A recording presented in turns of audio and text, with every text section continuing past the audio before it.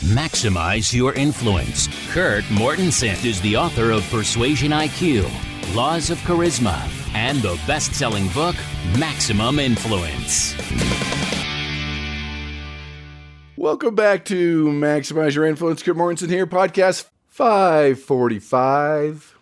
What do we know about motivation, brain motivation, buying decisions? We've learned more about the human brain in the last 10 years and the last 100 years combined. As we talked about last week, goals and goal setting. So the question is, and I asked this at a seminar this week. It was really interesting. So this seminar was making this year your year. What do you got to do to make sure you're going to achieve your goals, make it happen, and be successful? And it's interesting, when I ask, is this your year? Hands will shoot up. Most of the audience, there's those that'll never raise their hand to anything. And then I say, can I talk you out of it? And some are like, oh, maybe. Well, then it's not your year. When someone asks if this is your year, you got to feel, yes, it is. It's going to happen out of my way. It doesn't matter what barriers or roadblocks or mean people get into my path. I am going to make this happen. So let's continue with goals and motivation. Let's start off, though, this week with the persuasion blunder. Don't! This happened to me a while back at a dentist, not my favorite place to go. Sorry, I know there's some dentists on here because they also persuade for a living. And they typically aren't very good with the upsell. And this dentist wanted to do a sleep study and a mouth guard. And I'm like, I'm not sure. He convinced me. He's like, all right, I'll try it. So they sent me home with the sleep test and this and that. And I took it home, brought it back. Never heard from them. Don't know the results. I don't even know if I need their solution. There was no follow-up. No email, no text, no phone call. And I think a lot of us make this mistake in our business where people raise their hands, they're interested, they want to do something, and we don't have enough follow-up. I mean, this one was no follow-up at all. I don't think we have enough follow-up. In marketing and advertising, they've always taught, hit them 7 times, 7 times, 7 times. Even in sales, try to close them 7 times, 7 times. I'm not sure where that magic number came from. We'll have to do a little research.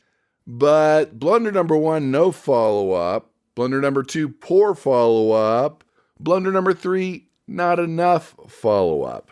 You'd be amazed how many marketers say, oh, I'm being a pain in the butt. No, you're being persistent. It's something new, something valuable, something they can use, information that'll help them out, whatever it is. Give them something new, something unique. It's amazing how many prospects have said, thank you for being persistent. I've been busy. I wanted to solve this. Thank you for your follow-up. Enhance your follow-up. Something to think about this week with your business, with your prospect, with your customers. Now it's possible you can do too much. And that's happening with the stops on your text and the unsubscribes on your email. Be more perceptive, but I'll put money on you're not doing it enough. So there you go. That's the blunder of the week, which brings us to our geeky, scholarly article. This is to supplement last week when we talked about guaranteed goals. Remember, you can always go to Maximize Influence for the archives, past podcasts, your free Persuasion IQ assessment, advanced training programs, and information on influenceuniversity.com. This comes from University of Pennsylvania, Journal of Perspectives of Psychological Science. So the title of this article is Self-Awareness Can Drive Behavior Change, Reprogram the Brain's Reward System. Only in geeky articles do we get these long, hard-to-understand titles, but let's talk about this. Basically, most people break New Year's resolutions. So we're talking about a neuroscientist named Vera Ludwig that offers some pointers, some tips, some hacks to lead us down the path of greater success, greater motivation, or even stick-to-itiveness to our goals. See, people love a fresh start, a starting line. That's why the New Year's resolutions are so powerful. It's like, all right, we're starting here. Some people use the beginning of the month. When you start on Wednesday the 12th, you could, but that's just in our mind, not a starting date. That's why people choose New Year's to make it a new year. It's just a good starting date. They want that fresh start. And people say, I want to lose weight. I want to exercise more. I'm not going to eat any sugar. I'm going to go to the gym 5 times a week. Well, they do last for a couple weeks, and it's happened to you. You go back to your old habits. So let's get to the neuroscience here about understanding intrinsic motivation and how powerful that can be. Then we're going to talk about how to use that to help with people making a buying decision. So basically, studies show that behaviors that are aligned with our goals and values feel better than those that are not. When we get that positive outcome, the new behavior gets reinforced in the brain. Just being more aware that when you stuff yourself, that doesn't feel good. But you eat to a certain point, you feel better. When you focus that you feel better after exercise and how that makes you feel instead of the pain while you are doing it. They call this mindfulness. So mindfulness is the practice of being fully present in the moment. We pay attention to our thoughts, our emotions, our feelings without getting carried away by them. And it's been used for goal setting, improving mental and emotional health, reducing stress, and it does increase an overall sense of peace and calm. Now you do you. What works best for you? Is it meditation? Is it being alone with your thoughts? Some people walk. Some people listen to the sounds around them, or soothing music, or just paid more attention to the feelings of your muscles stretching and contracting while you work out. There's a lot of different ways to do this. Again, meditation, yoga, tai chi. Some people incorporate this type of thing while they're taking a shower, brushing their teeth, washing the dishes, taking a walk. Whatever you need to do, what works for you, just be more aware of your thoughts, your emotions, your feelings, especially when you try and achieve those goals. Mindfulness is almost like the gauges in your car telling you what's going on inside, how hot the engine is, power of your battery, how fast your engine's going. That's what mindfulness does to you with your body, both physical and emotional, to be more aware. So just pay more attention. Give yourself the time you need to reprogram your brain, to see the value of mindfulness, to see how you are achieving your goals. Mindfulness means that you're not judging yourself. You're observing what is there and letting it be. You're in the moment. Whether that's positive or negative, you accept it. That way you can be in the moment, and it helps you achieve your goals because you don't feel like you're forcing yourself to do it. Basically, they say you can only work toward your goals in the here and now. Being present can make the process more enjoyable. So there you have it. A little more on understanding our psyche, our brain, our emotions, goal setting. Another thing I noticed too is that people are different. I don't have the percents for you, but some people just like to do a little bit of the time. Let's say they want to exercise every day. The first day, they just might get up at 7. That's their thing. Then the next day or the next week, they might put on their exercise clothes. And then the day or week after that, they'll do 5 push-ups and they'll slowly do it. For those that want to run a marathon, maybe it's just walking 5 minutes first week, and then it's 10 minutes, and then it's 15 minutes. That's what I call a little nudge. But some people like to jump, and hopefully the debt will appear. They'll just go out. They haven't run in a couple of years, but they'll run 5 miles. And so you have to decide if you're the one, I'm all in doing it right away, or you're the one that does a little bit of time. Don't care. You choose. I've just seen a division there. But you do you. It feels more natural to you. Which brings us to listener email. Oh, boy! This is Pedro from Panama. Kind of what we've been talking about today. So this is kind of our theme. It says, Kurt, I'm persuading with power, increasing my sales, working on my self-persuasion and mindset. Thanks, Pedro. Sounds like you're going through millionaire psychology. He says, I noticed that when I'm trying to motivate someone to make a buying decision, I'm trying to sell them something, that different things work for different people. I noticed that some do the buy today, get one free. So they're getting more, they're getting rewarded. And I notice others only move that if the sale ends today and the price will go up. Which one works the best? Should we use both? What do we know and what should I do? Awesome question. Let's talk about that human motivation, that buying decision. Everyone's a little bit different. Remember, your goal with persuasion is to persuade them how they want to be persuaded. When in doubt, use both. And you should pick up a lot of those clues as you are doing your presentation. So let's back up here. All right, the human brain is fundamentally driven by 2 core motivations: minimizing risk and maximizing reward. This goes back to our evolutionary past, where survival was basically avoiding threats and securing resources. So this is deeply ingrained in our brain, And our brain's reward system is centered around the release of neurotransmitters like dopamine, right? We've heard about dopamine. We've talked about dopamine on the podcast. Dopamine reinforces behaviors that lead to pleasurable outcomes. So this motivates us as humans to seek out opportunities, explore new things, buy new products, strive for success. But then on the flip side, the brain is very attuned to potential threats and dangers. All the input into your brain goes to your amygdala, which taints it with the feeling, with an emotion. Is this a reward? Is this a risk? So the amygdala plays a crucial role in identifying and responding to these threats, which is good. I mean, this fear has helped us as humans to avoid danger and protect ourselves from harm.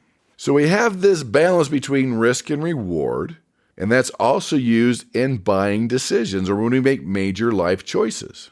For example, do we buy now or next year? Do we stay in a comfortable job with a stable income? Or we jump and become an entrepreneur and start our own business? See, the brain's always weighing these factors. Potential rewards, potential losses, and this guides our decision-making process. Basically, I like to say that we're either motivated by inspiration or desperation. Desperation can be fear, it can be obligation, and it can be force. We're moving away from something we don't like, something we're afraid of, something that's bothering us. With inspiration, that could be passion, that could be love, that could be respect, that could be purpose. We're moving towards something. And this risk-reward is key to make those buying decisions. You want to make the reward higher than the risk. Now, risk-reward also plays a big role in our social interactions, right? What are the rewards of our social interactions? Companionships, personal growth, having a great relationship versus what's the threat? Are they competition? Do they have a different social standing? Are they going to cause conflict? Are they going to reject me? Are they going to criticize me? Are they going to say mean things? These also shape our interactions with others in our brain's search for the risk versus the reward. So bottom line, understand this. The brain, whether it be a social relationship or buying decision, is always driven to minimize the risk, make it safe, and maximize the reward. It's part of our brain. It's part of our psychology. It is how we think. Now, most people are in that looking for risk state. They're already assuming that you're an enemy, that you're trying to rip them off. That's how most people are. I mean, how do you know where they're at? Now, usually in a situation like this, reduce the risk as much as possible, then offer a reward, which could be sell-ins today. Oh, risk if I don't do it, it's going to cost more. There's a guarantee that reduces risk, and then buffer that with a reward. Hey, we're going to double your order. We're going to ship it there twice as fast. Instead of a 6-month membership, it's a 12-month membership. So how do you know? You could tell. Are they moving away from something? Is that their primary thing? Or are they moving towards something? So for most people, do both. That's where most people are. Most people go to work not to get fired so they don't get kicked out of their house. They're not all going to work to change the world. Now, some are. And that's how you know. When you feel like their vision, the future, they're moving towards something, stay there. That's the key here. When people are an inspiration about the rewards, about the future, focus on that. Don't talk about the past mistakes. Don't talk about the fear, about the risk, because that could backfire on you. So as you look at motivation and the brain's reward system, deep down we want to pursue goals, achieve those goals, and get the rewards when we achieve them. Right? That's that dopamine, that neurotransmitter that's called the feel-good chemical. But the dopamine's not just about feeling good. It's about increasing that anticipation, increasing our desire to learn, keeping that reward exciting. When our dopamine rises, it propels us forward and leads us to the behavior to help us achieve our goals or to make decisions.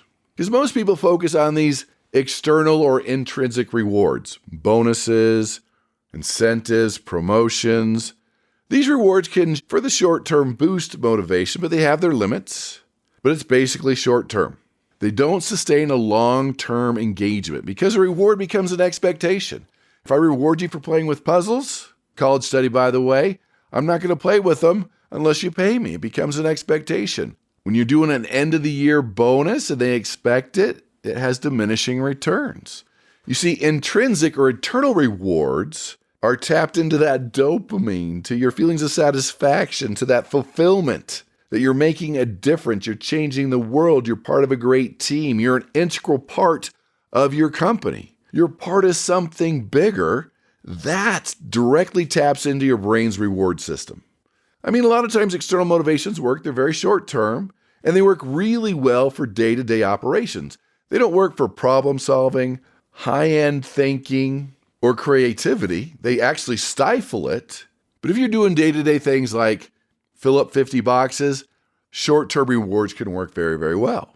So there is a time and place for that. Again, intrinsic motivation taps directly into your brain, gets you more engaged, more motivated, and keeps you more committed. So how can you trigger more dopamine in others or yourself to make sure they're motivated, that they can make a decision, that they can achieve their goals?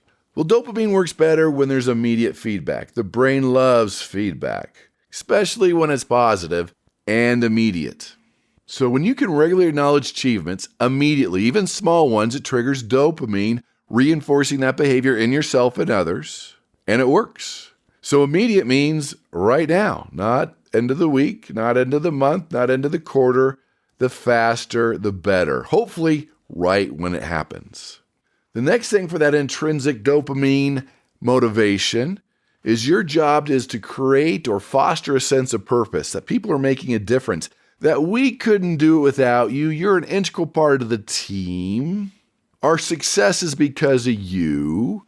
You help them see where they're fitting in the big picture, that they're actually helping, that they can get past their imposter syndrome. And if you don't know what that is, you better go to the archives because 75% of people say they suffer from it. So when people can really understand how they contribute to the organization's goals, how they're changing the world, how it impacts the community, they feel more internally or intrinsically motivated, which gives them a sense of purpose, which is a powerful release of dopamine and long-term motivation and makes it easier for them to make a buying decision. Another interesting one here is to encourage personal development or mastery. When people are getting better at something, when they're going to a training, they're learning something new, that's a key driver of dopamine and intrinsic motivation. And that's what I sell is training. When you can train an organization, people stick around longer, they feel more motivated, they feel more valuable, they feel like you believe in them. That's the power of mastery. Sure, you could have your own personal development program, which you should, but having opportunities for professional development, encouraging your team to learn, to grow, to stretch their abilities, man, does that get the dopamine flowing, makes their work more exciting, more engaging, and again, increases that motivation. So just like persuasion, motivation is the same. Motivate people how they want to be motivated.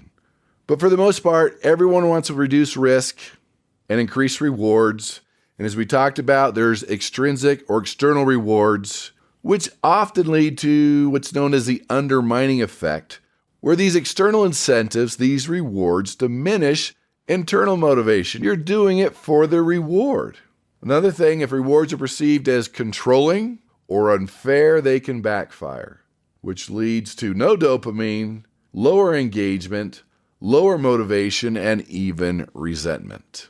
Again, there's a time and place for reward. Again, rewards are not used for that high bandwidth, creative, problem-solving activities, but it can be part of the package. I would focus more on the intrinsic rewards. I mean, for example, let's say you're part of a team, part of a department, and they have an Employee of the Month program. And they get together and say, we've never given it to Sally. No, Sally stinks. She's a terrible employee. Everybody knows that. But you don't want to hurt feelings, which is kind of where we're going as a society. And you give it to Sally. Sally's excited. She doesn't realize she's terrible. But that hurts everybody else. That's another way rewards can backfire. So try to focus on those intrinsic rewards, tapping to that dopamine for your goals, to help other people achieve their goals, and to get that quicker buying decision. So there you have it. That is the podcast for the week. Tell your family, friends, and enemies about the podcast. We can be found on YouTube, iHeartRadio, and iTunes. Check it out. Make it happen. Leave us a review. Give us some feedback at Kurt, K-U-R-T, at MaximizeYourInfluence.com. Anything we use on the podcast will get you free InfluenceUniversity.com, which is the home of the Advanced Influence Training. So the offer this week continues, over 50% off on your Millionaire IQ, some of the things that we talked about today. You want to become a millionaire? Start thinking, acting, and doing what other millionaires do. It's there, all the information. Doesn't matter what your goals are. Let's become a millionaire, become healthy, grow your business. This is the program for you.